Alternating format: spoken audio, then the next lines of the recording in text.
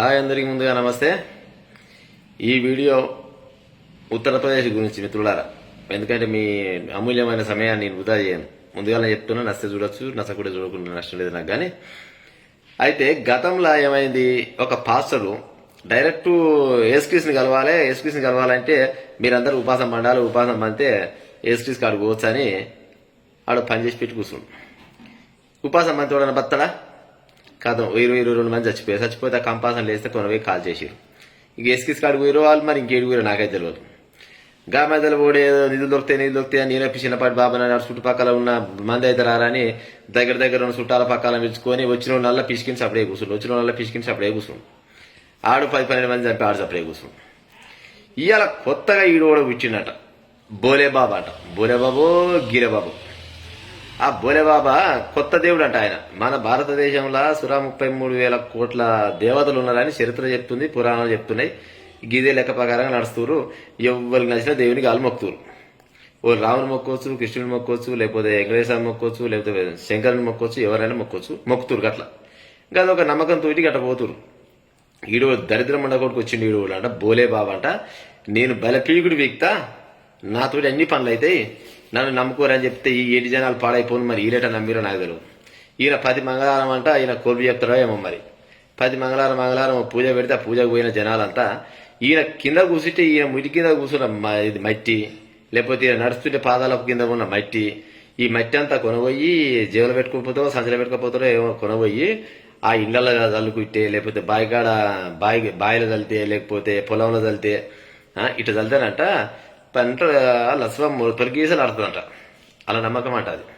మరి ఏ ఒక్కడన్నా గట్ల నమ్మకంతో కొనబోయి ఈడు కూర్చున్న మట్టి, అంత గతంలో కూడా బాబనే గైడైతే ఈ మట్టి కొనబోయి సలుకుట్టే ఏ ఒక్కడన్నా వ్యవసాయం చేయకుట్టా, నాగలు దున్నకుట్టా, నీళ్లు లేకుట్టా పంట ఇంటికి రావచ్చునా ఈ బాబాగాని పుణ్యమాట? ఆలోచించాలి జనాలు. దయచేసి ఈ వీడియో ఏం చెప్తున్నామంటే, ఇటువంటి అందం ఏమంటారు, ఇది గుడ్డి నమ్మకాలు. ఇవన్నీ ఈ గుడి నమ్మకాలు పాడైపోయిన ఏడాగా తీసుకొచ్చిందంటే ఏకంగా 121 మంది తొక్కిసలాడ చచ్చిపోయినట్ట. మరి 121 మంది తొక్కిసలాడ చచ్చిపోతే మరి ఇటు దేవుడైనా ఆగురి సత్యనులంతా బతికిస్తా మమ్మగారు మీరు ఎందుకు కంగారు పడకూరు అని చెప్పాలి కదా. వీడు పత్తలేవిడ వీకినట్టు ఆడికి ఏమో ఇంట్లో ఉంటే నన్ను తొక్కి చంపుతారు అనుకుని. ఈ దేవుళ్ళ కాడికి దేవుళ్ళ అన్నది వీళ్ళు ఇచ్చిన దేవునితో పోలిస్తే దేవుని ఇజ్జత్ పోతుంది. కానీ ఈ బాబాల కాడికి ఏ రకంగా పోతురు, నా చేయి నా ఏముంది చేయలు నడిపిస్తే ఎవరు చేయడానికి గీయ గీదలు ఉంటాయి, గీయ కథ ఉంటుంది. ఏమైనా కానీ మందిని ముంచుకుంటా బతుకుతందుకు నెంబర్ ఈ బాబా అవతారము, ఇదేంది వేరే మతంలో ఇంకేం అంటారు కదా, ఇవన్నీ ఎవరు లేడు. గంత పెద్ద ఆపద వచ్చింది భారతదేశం కాదు ప్రపంచానికి వచ్చింది.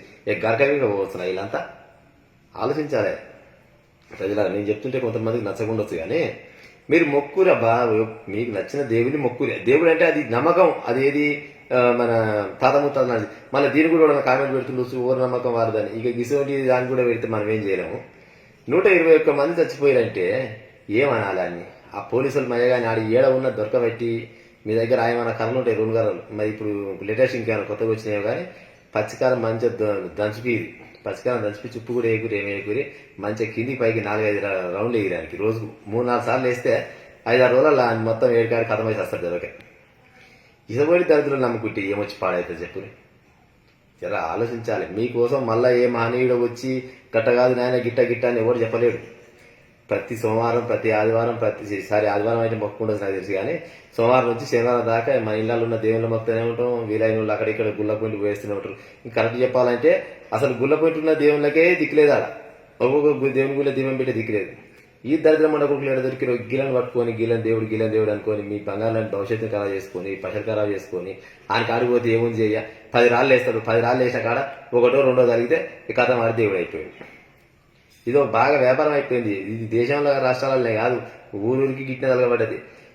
దయచేసి ఇటువంటి ఈ దొంగల కోసం ప్రత్యేకమైన చట్టం తీసుకొచ్చి ఈ బాబా వేషం వేస్తే ఆయన దగ్గరికి ఒక్కటేసారి పోయి బాబా వేషం వేస్తాం కాడికి పోయి ఏదన్నా రోగం వచ్చింది, ఈ రోగం డాక్టర్ కాడికి పోకుండా ఉంటే ఈ రోగం తగ్గితే నిన్ను ఏమంటారు, నీ కాలు గడి నెత్తర పోసుకుంటాం రాని మిక్కిరాదు ఇంకా అట్టవడానికి చెప్తారని చూద్దాం. ఎవరు చెప్పాడు. దయచేసి మిత్రులారా అర్థం చేసుకోండి. ఇటువంటి దొంగ బాబాలు ఉన్నా కానీ నిన్నమన్నా అదేంది రేవంత్ రెడ్డి కొత్త చట్టం తీసుకొచ్చినట్ట, ఏదైనా డ్రగ్ అమ్మినా కానీ లేకపోతే కొన్ని ఇల్లీగల్ పని చేస్తే ఫోన్ నెంబర్ ఫోన్ చేస్తే వాళ్ళని పట్టిస్తే ఏదో అవార్డు రివార్డు అన్నారు కదా. ఇటువంటి మందిరి ముంచే బాబాలు ఉన్న కాడ కూడా ఒక చట్టం తీసుకొచ్చి పెడితే సార్ ఈ ఇటువంటి వాళ్ళు ముందరు కోరిగా వీళ్ళు ఇక్కడే స్టాప్ అవుతాం. ఎన్ని పైసలు ఒక్కొక్కడు కూసోని సంపాదించుకుంటారు. పాపం అంత పేద జనాలు పోతారు, డబ్బును రోడ్డు పోతారు. ఇటువంటి దొంగ బాబాల కాడికి వాళ్ళకేమో లెక్క రాపోయేది. వాళ్ళు పోరు కదా, కేవలం ఈ అమాయక ప్రజలే పోతుంటారు. ఈ ప్రజలు మంచిగా ఇదే సంద అనుకుని ఆడదాకా పోయినాక ఏం చెప్తాడు, నీ పాలోడో నీ పంగోడో గాడ గీడో పెట్టినట్టాడు. ఈ దరిద్రుడికి ఏం పాడైంది, ఇక అమ్మమ్మ ఉంటాను మొన్న గిడు చూసింట్రా. నిజంగానే నేను బయకాడు పోతుంటే దగ్గినరా, గాడు పోతుంటే తుమ్మినరా. ఆడు దగ్గు వచ్చేదైనా తుమ్ము వచ్చేదైనా ఏమో కర్మ పాడైపోయిన ఆడు చేసేది ఉంటే గాడ ఇంత పెద్ద దరిగోస పెట్టారు. నేను అన్న ఏది మన తెలంగాణలో 10 ఏళ్ళు కేసీఆర్ పరిపాలించిండు. ఒకవేళ చెయ్యాలనుకుంటే ఈ వేరే ప్రభుత్వంలో నుండి కేసీఆర్ మాత్రాలు చెప్పిస్తే కాకపోయినా అది గల చంద్రబాబు నాయుడు గారు అదేంటి ఆయన పేరు ఏం పేరు జగన్మోహన్ రెడ్డి గాల లాంటి వాళ్ళు మంత్రాలు చేపించుకుంటే అయిపోద్ది కదా. అమ్మగాని మారూరి మీ దండం పెడతా. ఇటువంటి దొంగ సన్నాసి లంగలని నమ్మకూరి దేవుని మొక్కితే మొక్కురి, అంతేగాని ఆడ ఉన్నోనికి రూపాయి వేసిరారి నష్టం లేదు. కానీ ఇటువంటి దొంగల కాడికి పోతే మన పానం ఆగమవుతుంది. ఉత్త పుణ్యానికి 121 మంది చచ్చిపోయారంటే ఏమన్నా ఉన్నదా చెప్పురి. వాళ్ళ భార్య పిల్లలు ఏం కావాలి, వాళ్ళ కుటుంబాలు మొత్తం ఏం కావాలి. ఈడు దేవుడు అనిపోతే ఆడు దయ్యమే పెట్టట్టు సంగతి.